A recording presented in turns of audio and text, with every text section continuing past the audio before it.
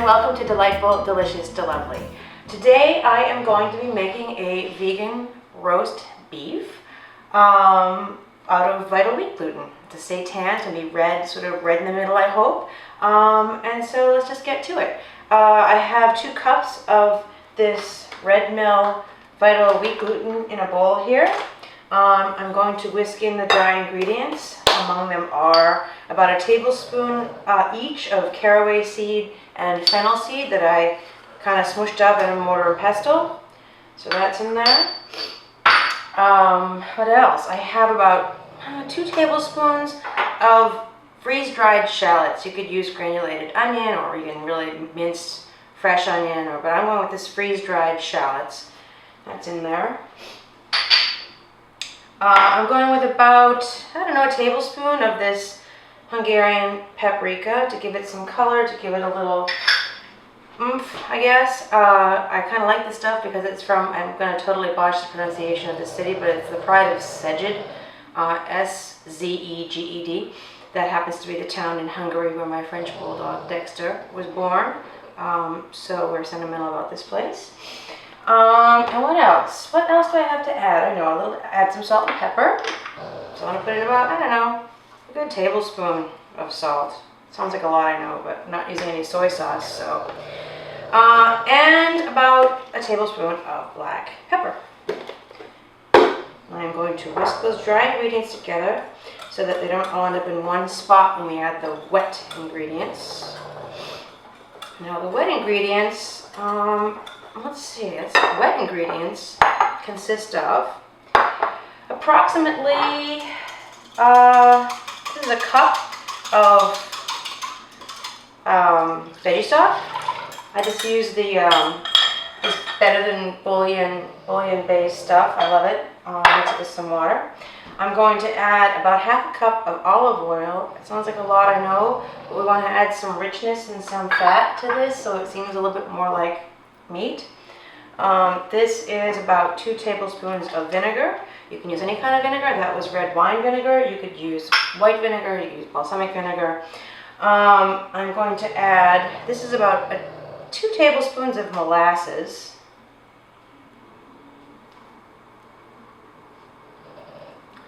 And lastly, to give it some beefy color, I pureed I got this stuff here.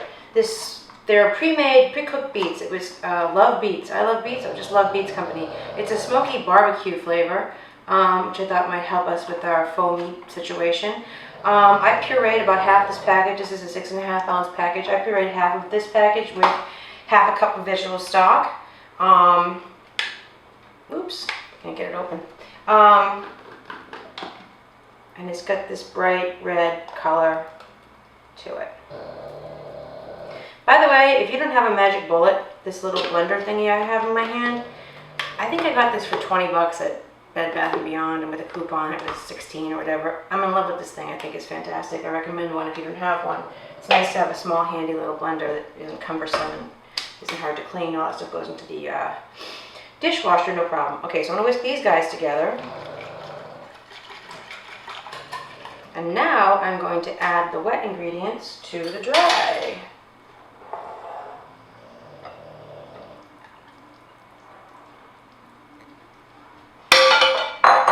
And I'm going to mix those up.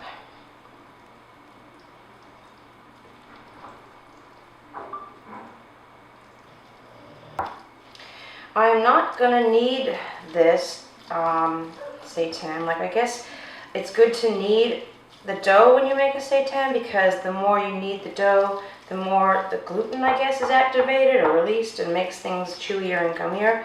But this is going to have a couple of cooking processes ahead of it, so I'm going to leave it as it is. It's a little wet, I think, for my taste. I'm going to add a little bit more vital wheat gluten to it.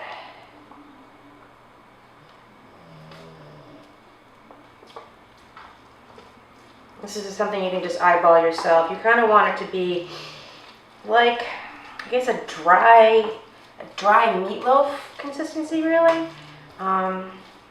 So anyway, so today at the store when I was, this looks just like the Beyond Meat burger right now. That Beyond Meat Beyond Burger that is amazing. If you guys haven't tried it, I know a lot of vegans are put off by fake meat things that are too much like meat.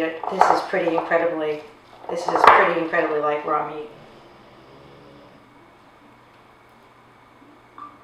Okay, so I'm going to turn this onto the counter.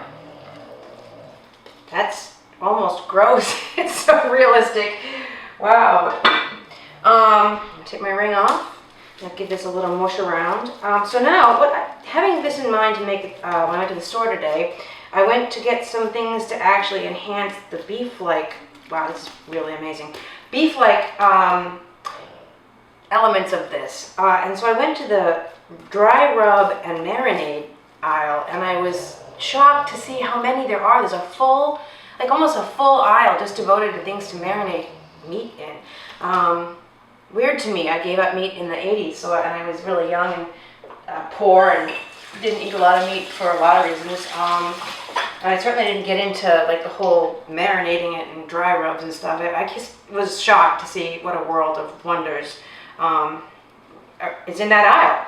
What a world of wonders. So I got this It's Delish steak seasoning. There were so many different choices. There was apparently Montreal steak is a thing, and California steak, and Chipotle steak, and Texas steak. I'm gonna roll this in some of this just on the outside. Give it like a dry rub situation. Press it in.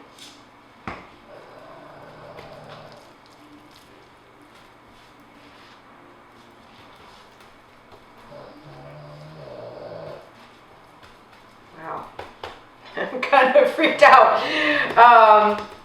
So, all right, I'm gonna wash my hands real quick.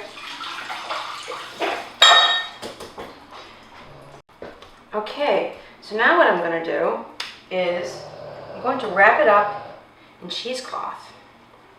Now, I suppose if I was really ambitious, I would make the broth from scratch in which this would be boiled.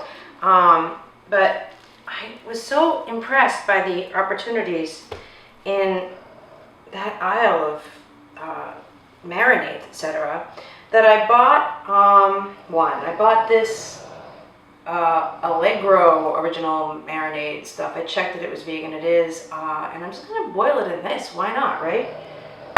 So I'm going to tie up the ends of this with just some kitchen twine so it holds its shape. Put it in there pretty tightly. And tie it up.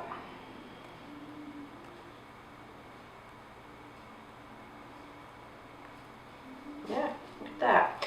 All right, and what I'm going to do with that is boil it in that marinade for an hour.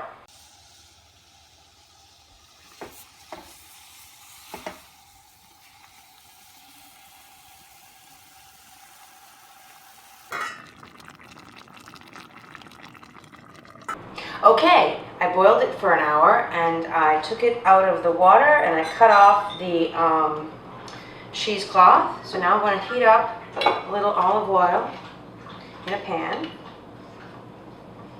And a tablespoon or two. Probably 1 tablespoon. Who knows, maybe I'm kidding myself. And then somehow I'm going to transfer this thing into that without burning myself.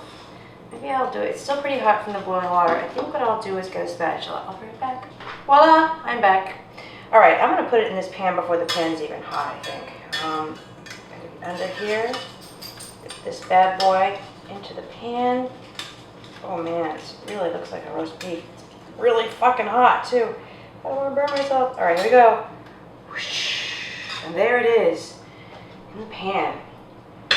So I'm going to brown it in that pan. Might be trickier than I think because it's pretty sizable and pretty heavy. But I'm going to attempt to do so. So be patient. Let this heat up.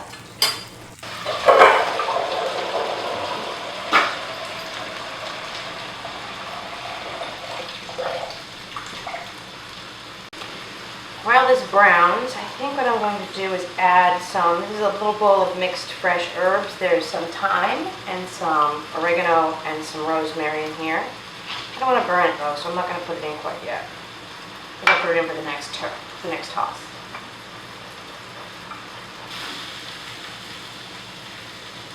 All right, I'm gonna put some herbs in there.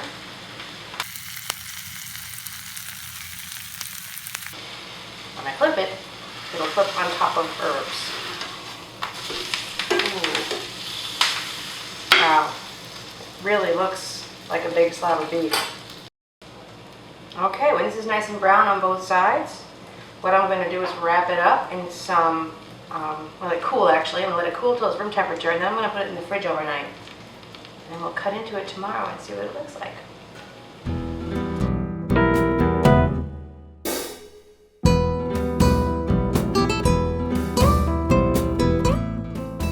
Okay, moment of truth. It's been in the fridge overnight. It looks beautiful. It smells really good. I'm going to cut into it now and see what we have inside.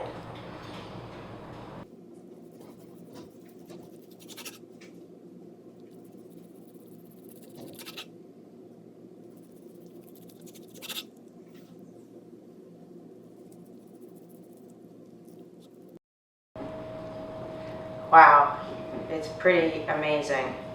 I'm cutting it really thin like you would for like a roast beef sandwich or a reuben or something. Wow, it looks pretty convincing. That's a pretty convincing looking piece of meat. I'm going to taste it now. Taste a piece off the well done end and see what it tastes like.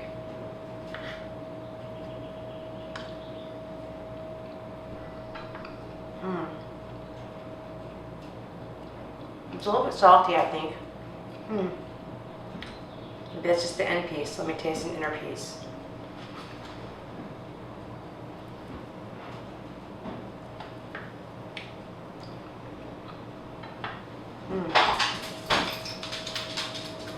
It's a little bit salty, I think, but with some vegan mayo and tomato and lettuce, I think it's just got a lot of flavor to it, and it can stand up and be like meat in a sandwich, or even like a steak. I'm going to cut a thicker piece and heat it in a pan like a steak, and I'm going to serve it with roast carrots. Have a rainbow heirloom carrots, and I'm also going to do what my dad used to do back in the 70s, which is saute some onions and mushrooms to go on the steak, and that will be part 2 of this video for my roast beef, vegan roast beef. Okay, so I took a bunch of carrots, baby heirloom carrots that I got from Farm Fresh to You, and I peeled them and I tossed them in some olive oil and salt and pepper, and they are now in my oven at 450 for 15 minutes. Now I'm going to turn them over at one point halfway through. That's why you hear my oven ticking away in the background. Okay, for the onions and mushrooms, it's a pretty simple process. I'm going to heat up some olive oil. Tablespoon or 2. Keep this handy in case I need to add more. Let that heat up while I go get a spatula and some salt and pepper. Voila! Spatula. Okay, so I'm going to start. What should I start with? Onions or the mushrooms? I think I will start with the onions.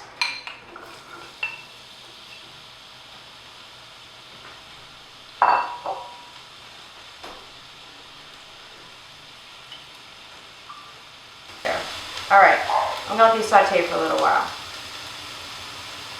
Okay, now I'm going to add about a tablespoon of brown sugar, just so the onions can have something to caramelize with a little bit, caramelize in. Okay, the onions are nice and soft, so now I'm going to add the mushrooms.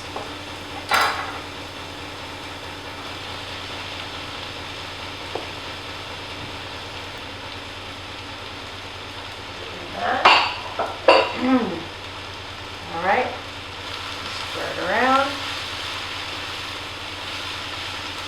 And let this cook down a little bit. I'm going to put a little salt and pepper in here. Actually, I'm not putting salt into the end. They say that putting salt in now makes the mushrooms release their water and they won't sear as nicely.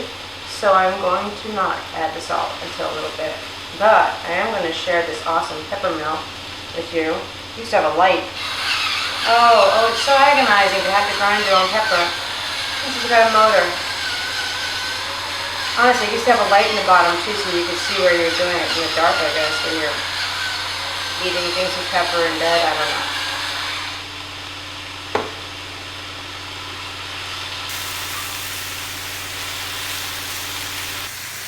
Okay, it's starting to look nice and seared. Some of the mushrooms look a little bit seared, brown. This stuff reduces quite a bit, so this is probably not more than 2 servings, and it was a whole package of mushrooms, a whole 8-ounce box of mushrooms, and 1 whole onion. It reduces a lot. Okay, now I'm going to put this over to the side. Actually, I'm going to leave it alone for a second while I cut myself a nice thick, fat, fake, faux steak. I'm going to cut it, I'm going to go 1 inch.